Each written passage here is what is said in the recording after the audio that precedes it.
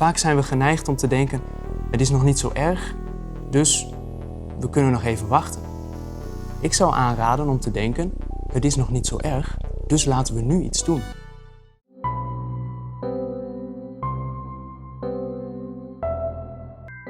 Er zijn twee kanten aan werk.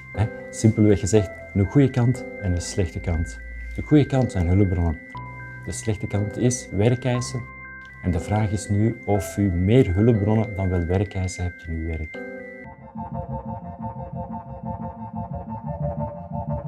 Oorzaken van burn-out liggen in het werk. Burn-out is in essentie, ik moet veel te veel werk doen, waardoor ik veel te lang, veel te intens over mijn eigen grens gegaan ben. Dus ik heb veel meer gedaan dan ik eigenlijk aan kan en ik heb dat veel te lang volgehouden. Dus de oorzaak ligt duidelijk binnen een overmatige hoeveelheid werkdruk. En het gevolg daarvan is dat u daar dan op reageert met burn-out.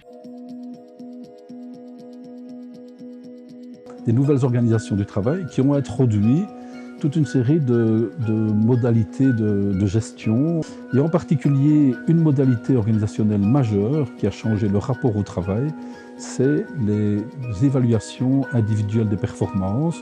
On a tendance à aller mesurer la quantité de travail produite par un travailleur, là où on avait une démarche plus collective et l'évaluation se faisait à travers le travail d'une équipe. Demander à une infirmière d'atteindre des objectifs quantitatifs en termes de nombre de patients à soigner crée chez cette infirmière un sentiment de ne pas être épanoui dans son travail.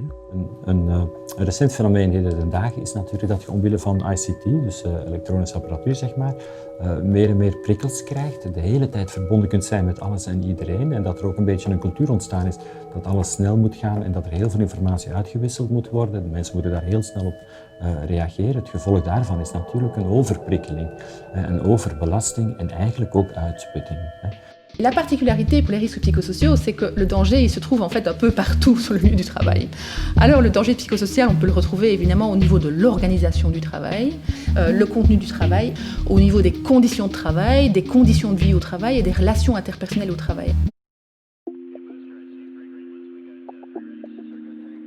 L'entreprise a l'obligation de développer une politique de prévention des risques psychosociaux.